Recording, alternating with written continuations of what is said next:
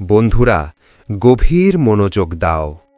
আজ আমরা সেই দিব্যবাণী শ্রবণ করব যা সরাসরি ভগবান শ্রীকৃষ্ণের মুখনিসৃত। এই বার্তা কোনো সাধারণ উপদেশ নয়, এটি মানব জীবনের পথনির্দেশ যা মহাভারতের কুরুক্ষেত্রের রণভূমিতে উচ্চারিত হয়েছিল।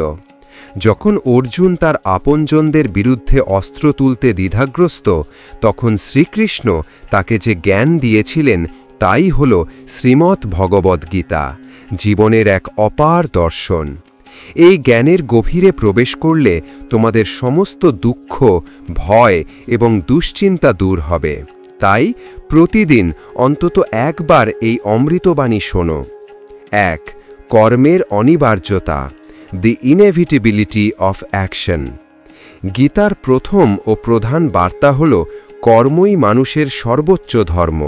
হে মানব, তুমি এই পৃথিবীতে জন্মগ্রহণ করেছ কেবল কর্ম করার জন্য। কর্ম ছাড়া কেউ এক মুহূর্তও থাকতে পারে না। শুয়ে, বসে বা দাঁড়িয়ে তোমার মন সর্বদা কোনো না কোনো কাজে নিযুক্ত থাকে, তাই নিষ্ক্রিয়তা অসম্ভব। তবে কর্মের প্রকৃতি কেমন হবে? ভগবান শ্রীকৃষ্ণ বলেছেন, ফলের চিন্তা না করে কেবল নিজের কর্তব্য পালনে মনোনিবেশ করো। এই হল নিষ্কাম কর্মযোগ।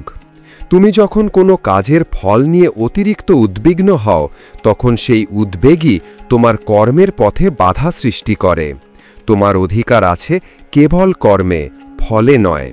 ফলাফল নির্ভর করে অসংখ্য কারণের ওপর, যার সবকটি তোমার নিয়ন্ত্রণে থাকে না। তাই নিজের কাজকে সর্বোচ্চ সততা ও নিষ্ঠার সঙ্গে সম্পন্ন করো, আর ফলের ভার ঈশ্বরের ওপর ছেড়ে দাও। 2. কর্মের ফল এবং নিয়তি। কর্ম হল সেই বীজ যার ফল একদিন অবশ্যই তোমাকে কাটতে হবে। তুমি যেমন বীজ বপন করবে, ঠিক তেমনই ফল পাবে। কর্মের হিসাব খুব সরল। ভালো কর্মের ফল ভালো, খারাপ কর্মের ফল খারাপ। এখানে কোনো লুকোচুরি নেই, কোনো পক্ষপাতিত্ব নেই। মানুষের নিয়তি বা ভাগ্য বলে কিছু থাকলেও কর্মই হল ভাগ্যের চেয়েও শক্তিশালী, কারণ কর্মের মাধ্যমেই মানুষ নিজের ভাগ্যকে নিজে হাতে গড়ে নিতে পারে। আলস্য আর অজুহাত ছেড়ে দিয়ে সৎ কর্মে লেগে থাকো, কারণ যিনি এই বিশ্ব সৃষ্টি করেছেন তিনি সব কিছুর হিসেব রাখেন। 2 অধ্যায়, আত্মার স্বরূপ এবং পরিবর্তনের নীতি। 3. পরিবর্তনই জগতের নিয়ম। হে অর্জুন, তুমি কিসের জন্য কাঁদছ? যা হারিয়ে গেছে তা কি তুমি এনেছিলে? যা সৃষ্টি করেছ তা কি নষ্ট হয়ে গেছে? এই জগৎ নিরন্তর পরিবর্তনের অধীন। সময়ের সঙ্গে সঙ্গে সব কিছুই বদলায়। যা আজ তোমার, কাল তা অন্য কারোর হবে। পরিবর্তন এই জগতের অলঙ্ঘনীয় নিয়ম। এই সত্যকে মেনে নিতে শেখো। 4. আত্মার অমরত্ব। তোমার এই দেহ নশ্বর। এটি 5টি মৌলিক উপাদান, পঞ্চতত্ত্ব দিয়ে তৈরি: অগ্নি, জল, বায়ু, মাটি আর আকাশ। একদিন এটি এই পঞ্চতত্ত্বেই বিলীন হয়ে যাবে। তুমি এই দেহের মালিক নও, তুমি হলে আত্মা, শাশ্বত, অবিনশ্বর। যেমন একজন মানুষ পুরাতন পোশাক ত্যাগ করে নতুন পোশাক পরে, তেমনি আত্মাও পুরাতন ও জীর্ণ দেহ ত্যাগ করে নতুন দেহ ধারণ করে। মৃত্যু একটি অটল সত্য যা পরিবর্তন করা যায় না। জ্ঞানী ব্যক্তি কখনো মৃত বা জীবিতের জন্য শোক করেন না, কারণ তারা জানেন আত্মা অমর। এই সত্যকে হৃদয়ে গ্রহণ করে ভয় মুক্ত হও এবং বর্তমানকে পূর্ণভাবে বাঁচতে শেখো। 3 অধ্যায়, মন, ক্রোধ ও মোহ জয়। 5. মনকে নিয়ন্ত্রণই শ্রেষ্ঠ সম্পদ। এই জগতে মন শান্ত রাখার চেয়ে বড় সম্পদ আর কিছু নেই। যে ব্যক্তি নিজের মনকে শান্ত রাখতে শিখেছে, তার চেয়ে ধনী কেউ হতে পারে না। মন হল বায়ুর মতো চঞ্চল। এই মনই মানুষকে কামনা, বাসনা, লোভ, মোহের পথে ভাসিয়ে নিয়ে যায়। মনকে নিয়ন্ত্রণে না রাখলে এটি তোমার সবচেয়ে বড় শত্রুতে পরিণত হবে। কিন্তু একে আয়ত্তে আনতে পারলে তোমার মস্তিষ্কের শক্তি একাগ্র হবে এবং তুমি সহজেই তোমার লক্ষ্যে পৌঁছতে পারবে। মনকে আয়ত্তে আনার পথ হল ধ্যান, সংযম এবং সৎ চিন্তা। 6. ক্রোধ ও মোহের পতন। ক্রোধ হল সেই দরজা যা মানুষকে নরকের পথে নিয়ে যায়। ক্রোধ মানুষের চিত্তকে অশান্ত করে তোলে এবং সেই অস্থিরতায় সে নিজেকেই ক্ষতিগ্রস্ত করে ফেলে। তাই ক্রোধ থেকে বিরত থাকা উচিত। নিজের মনে শান্ত থাকার চেষ্টা করো। অন্যদিকে মোহ বা অতিরিক্ত আকাঙ্ক্ষাই হল পতনের কারণ। মানুষের সমস্ত দুঃখের মূল হল তার মোহ। তুমি যত বেশি মোহ করবে তত বেশি কষ্ট পাবে, কারণ সময় হলে সকল কিছুই মানুষকে প্রাপ্ত হয়, কিন্তু সময়ের আগে কিছু পেতে চাওয়াটাই দুঃখের মূল কারণ। বুদ্ধিমান ব্যক্তিকে তাই ক্রোধ, লোভ এবং মোহ পরিত্যাগ করতে হয়, কারণ এগুলো আত্মার পতন ঘটায়। 4 অধ্যায়, ভক্তি, বিশ্বাস ও সরলতা। 7. ঈশ্বরের প্রতি পূর্ণ সমর্পণ। নিজেকে ভগবানের প্রতি সম্পূর্ণভাবে সমর্পণ করো, এটাই সবচেয়ে বড় আশ্রয়।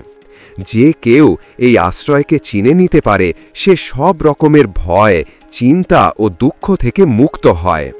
ভগবানের উপর বিশ্বাস রাখো সেই শিশুর মতো যাকে কেউ বাতাসে ছুড়ে দিলেও সে হাসে, ভয় পায় না, কারণ সে জানে কেউ তাকে পড়তে দেবে না। ভগবান শ্রীকৃষ্ণ বলেন, হে মানব, যদি তুমি এই সংসারের সকল দুঃখ থেকে মুক্তি চাও তবে আমার ভক্তি করো। যে আমার ভক্তি করে না সে এই জীবনেও নয়, মৃত্যুর পরেও শান্তি পায় না। যারা পাপ কর্মে লিপ্ত, অধম প্রকৃতির, যাদের বুদ্ধি মায়ায় আচ্ছন্ন, তারা কখনোই আমাকে পাওয়ার চেষ্টা করে না। 8. সত্য ও করুণার পথ। মানুষ যতই মিষ্টি কথা বলুক, যদি সে মিথ্যা হয় তাহলে সে একদিন তোমার জন্য বিষ হয়ে উঠবে। আর একজন সত্যবাদী যতই তোমার কাছে কঠোর মনে হোক, সে একদিন তোমার জীবনের ওষুধ হয়ে উঠবে। তাই সর্বদা সত্যের পথেই চলা উচিত। নিজের মধ্যে করুণা রাখো, ক্রোধ নয়। যদি কারো ভালো করতে না পারো তাহলে খারাপও করো না, কারণ যিনি এই দুনিয়া তৈরি করেছেন তিনি দুর্বল নন, তিনি সব দেখেন। যে মানুষ অন্যের কষ্ট বোঝে, যার মধ্যে দয়া আছে, যার হৃদয় ভালো, তাদের আর জন্ম নিতে হয় না।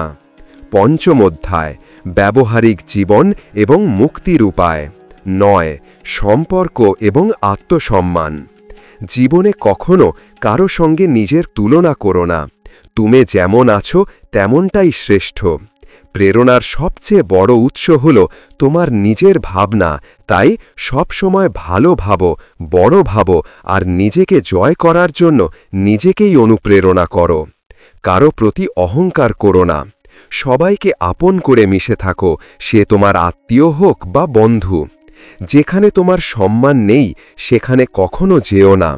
নিজের মধ্যে সামান্য আত্মসম্মান থাকা প্রয়োজন, না হলে মানুষ তোমাকে সেখানেও দমন করার চেষ্টা করবে যেখানে তোমার অধিকার থাকা উচিত। 10. নীরবতা ও ক্ষমা। ক্ষমা করতে শেখো, নীরব থাকতে শেখো। তুমি এক শক্তিতে পরিণত হবে যার সামনে পাহাড় ও পথ ছেড়ে দেবে। নীরবতা হলো সবচেয়ে বড় জবাব, আর ক্ষমা করে দেওয়া হলো সবচেয়ে বড় শাস্তি। যে মানুষের মধ্যে ধৈর্যের শক্তি থাকে তার শক্তির কোনো তুলনা হয় না। বেশি খুশি হলে বা বেশি দুঃখে থাকলে কোনো সিদ্ধান্ত নেওয়া উচিত নয়, কারণ এই দুই অবস্থায় মানুষ কখনো সঠিক সিদ্ধান্ত নিতে পারে না। 11. সময়ের সদ্ব্যবহার। জীবনের সবচেয়ে দামি জিনিস হলো তোমার বর্তমান। একবার সেটা চলে গেলে পৃথিবীর সমস্ত ধন সম্পদ দিয়েও আর তা কেনা সম্ভব নয়। যখন আগামীকাল কি হবে তা জানো না, তখন আজকের দিন কেন নষ্ট করছো?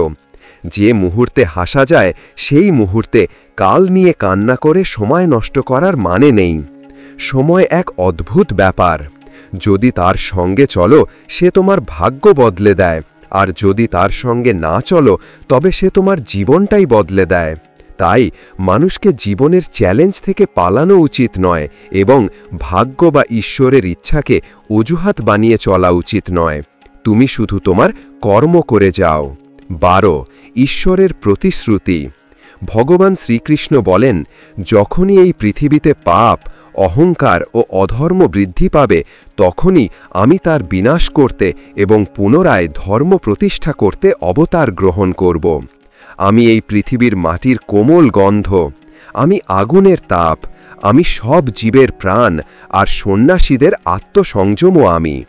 ঈশ্বরের কাছে কিছু চেয়ে না পেলে অভিমান করো না, কারণ ঈশ্বর কখনো সেটা দেন না যা তোমার কাছে ভালো লাগে, বরং তিনি সেটাই দেন যা সত্যিকারের ভালো তোমার জন্য।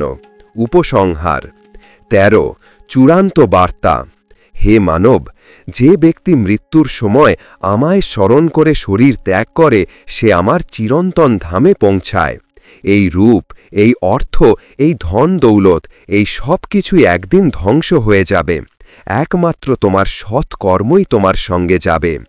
যে ব্যক্তি গীতার এই গূঢ় জ্ঞানকে ভক্তদের মাঝে পৌঁছে দেয়, তাদের মধ্যে প্রচার করে, সে আমার অত্যন্ত প্রিয় হয়। যেমন এই জ্ঞানের মাধ্যম আমরা হয়েছি, তেমনি তুমিও মাধ্যম হও। এই অমূল্য জ্ঞানকে যতটা সম্ভব বেশি মানুষের কাছে পৌঁছে দাও এবং ভগবান শ্রীকৃষ্ণের প্রিয় ভক্ত হয়ে ওঠো। যদি তোমার হৃদয় আমার বাণীতে আন্দোলিত হয়, তবে মন্তব্যে জয় শ্রী রাধাকৃষ্ণ লিখতে ভুলো না।